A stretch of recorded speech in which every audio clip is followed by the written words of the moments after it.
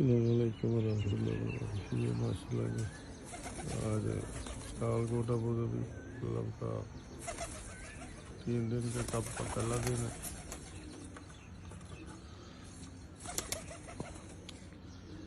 ये 7 कबूतर उड़ाने लगे।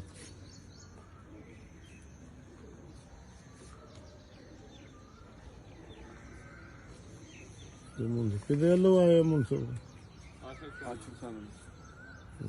ਤੁਸੀਂ माशाल्लाह गंदी हो गई माशाल्लाह। ये 7 कबूतर उड़ गए।